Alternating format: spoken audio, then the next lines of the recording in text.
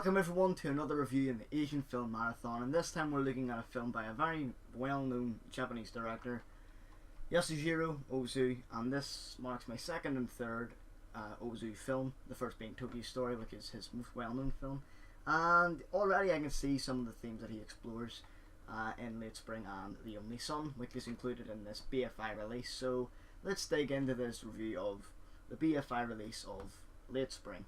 So the film focuses on young Noriko and her father Sumiya, who live together in perfect harmony. However, Noriko's aunt interferes, suggesting marriage to Noriko, and now she must decide between marriage or not, and how it's going to affect her and her father. So it's a family drama, family melodrama about that bridge of tradition and modernity, while also being about life decisions, family and sacrifice. So those themes, it's a very, very touching film, I'd have to say. And seeing the relationship between the father and the daughter, it's quite poignant and touching, and you can see that she doesn't want to abandon her father, and her father's quite emotional as well, because it means that she'll no longer be there. And we also learn that the mother has died, so really you can see that they do have that closeness because the mother is gone, and the father would feel, kind of abandoned. But the father is suggesting to Noriko constantly, get married, be happy, and that's really the core of the film, for Noriko to be happy. She just wants to be happy. At first she's quite hesitant towards the marriage, but then eventually she starts to, after the father persuades her a bit, she starts to consider it a bit more, and starts to see things a bit differently. And really the performances are just fantastic from both Setsuko Hara as Noriko and Chishu Ryu as the father. I have to say, she is gorgeous. I mean, her smile is a knockout. She's absolutely gorgeous, and she's a very popular character, apparently, according to the back of it, because it says popular Noriko character. But anyway, yeah, it's a really touching story, and it starts to show Ozu's style again. It's a very slow, poignant film, and when I said slow, it really is meditative, kind of slow paced. And really, when you think of filmmakers who take long shots, big long takes, I think he must be the one that started all that, because this is 1949, Late Spring, 1949. There's lots of shots, basically, just silence around the house, and there's something really peaceful and calm and true to life about it. We're seeing things going on, and all of a sudden everything stops, and we kind of just listen to the silence, and look at the empty house, or a bird chirping, or the trees blowing in the wind, stuff like that. And there's something about that, the pacing. Really, realistically, you could probably chop out 20 to 25 minutes of his films, but really then it wouldn't have his trademark style, or that overall feel that he wants the audience to watch. And I think it is good. It is something of an acquired taste in a sense, because in Tokyo Story, it is quite slow, and it's quite annoying that it moves that slow, but really there's something very nice about it as well. It's just a very calm, peaceful kind of family melodrama, and it's also an influence on other directors, which I've noticed, such as Hirozuko Kurita, with films like that, family dramas that kind of move a bit slower. Still Walking is a perfect example from Kurita, but more on that in another video in this marathon. But Late Spring, overall, generally a really pleasant kind of film, and I thought it was good as my second Ozu film, certainly, and I do recommend checking it out. And as for the print quality, the restoration, the Late Spring one was quite good. There was some audio, that grainy audio sound, but that's to be expected for a film of that age, because it's 1949 Japan. But overall, it was a good print, and yeah, definitely recommend it. So now we can move on to the second film, which is The Only Son. This is an extra thrown in, and it's really nice that BFI have done this. It's actually fantastic. I mean, this cost me £7 or £8. You get 2 films in it, and that's great. And also you got your booklet, which I'll show you later, and it's Blu-ray and DVD as well, so that makes it really nice. But you get 2 films thrown in. That's just fantastic. It's good to get that extra film, and they've really paired them up quite well, because in this one we have The Only Son, which is a very similar film. It's very similar to Late Spring and other Ozu films. So we open in 1925 where we see a single mother, Otsune, who lives with her son Ryosuke in poverty. And the child brings home these ideas of going to secondary school, and the mother says that they can't afford it. But after thinking about it, the mother decides that she's going to make the sacrifice and send her son to Tokyo so he can try and educate himself and try to have a better life.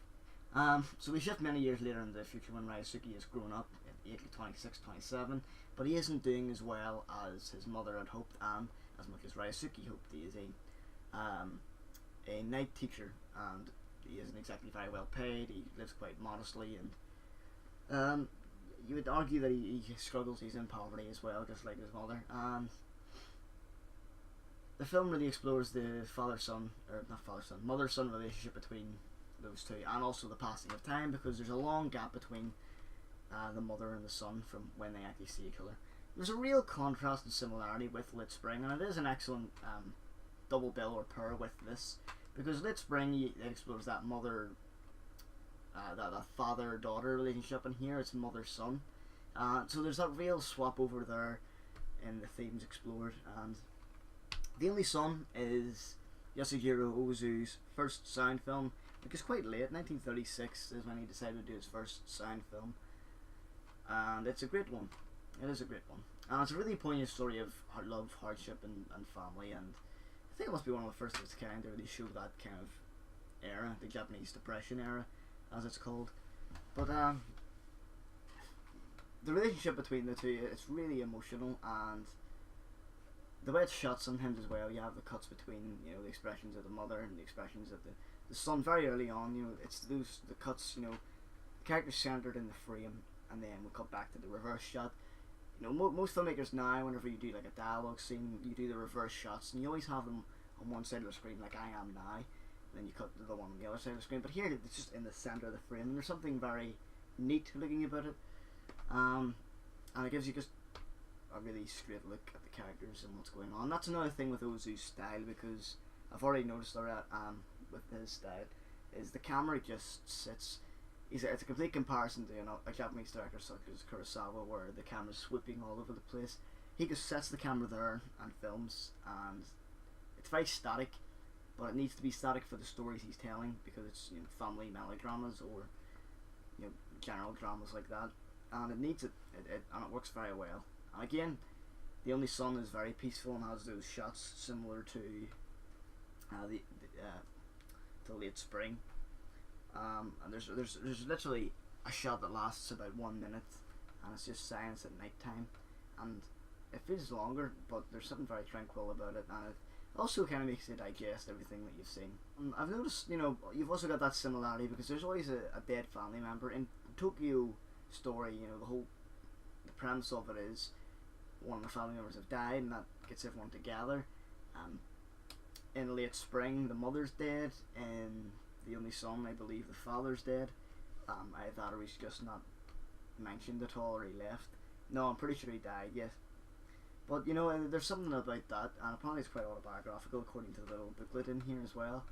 And there's something very poignant about that as well, because you've got that family loss. With a family member being gone, there's more pressure on that other family member, and you can get a real sense of that through the performances and the characters in the film. And overall, it was a really nice film. I think I could have explored it in more depth. It's only 83 minutes. I do think it could have been longer and had more depth.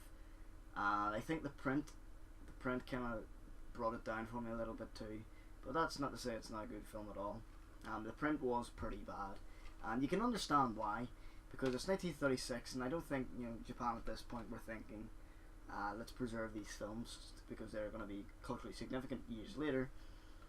Because at the time, you know, it was more of a money making thing, and generally the film just wasn't that well preserved. But, you know, BFI done the best they could to restore the film and try and get the best bits of it they could to make it a better experience for the audience. There's a lot of audio grain, and I mean really, really lines. It sounded like pure wind. It was just like whoosh, in some moments when it was meant to be silent. But overall, I don't think it stopped me from really enjoying the film. I wish the print could have been better, but there's nothing you can really do about it. It's an old film, and I think that's probably the best you're going to get on a Blu-ray DVD release.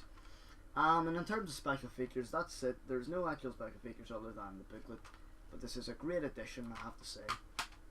And you've got the little booklet that kind of talks about a few things, because apparently The Only Son was filmed late at night many times, and it was very stressful, not to the actors, and apparently that was something to be expected on an Ozu film set. But nice wee booklet that comes with it as well, some nice images.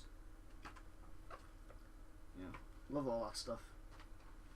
But overall, Late Spring is a very pleasant film, and The Only Son is a very nice film as well, which is kind of brought down to the print. But overall, this is a really good release from BFI, which is, you can get that for £8 or £9 on Amazon. Hopefully, if you decide to get it, do check it out. And if it's your first Ozu film, I think Late Spring is a good start. As usual, everybody, thanks for watching, and I hope you stop to watch more of the videos in the marathon. I'll put a link below or something to more videos, and I'll see you then, everybody.